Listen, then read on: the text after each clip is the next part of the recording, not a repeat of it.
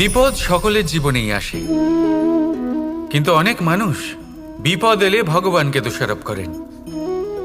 বলেন যে আপনি আমাকে রক্ষা কেন করছেন না? আপনার প্রতি আমার মনে অপার ভক্তি, সর্বদা আপনার জপ করি, তাও আপনি না আমাকে এই বিপদ মুক্ত হওয়ার কোনো পথ দেখাচ্ছেন, না এই বিপদ থেকে আমাকে বের করছেন। এবার এটা হলো আপনার ভাবনা, আপনার দৃষ্টিভঙ্গি।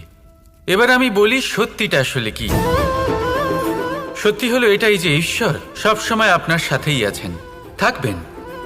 দেখুন সেই বীজের দৃষ্টিভঙ্গির দ্বারা যে মাটির নিচে চাপা পড়ে আছে, তাকে পরিণত হতে হবে এক বিশাল সুন্দর বৃক্ষে। তা তখনই হবে যখন তা ভাঙবে, ভাঙবে তখনই যখন সে উত্তাপ পাবে। উত্তাপ কোত্থেকে পাবে? সূর্যের তাপ থেকে। সূর্যের তাপ থেকে ধরিত্রীও বাঁচতে পারে।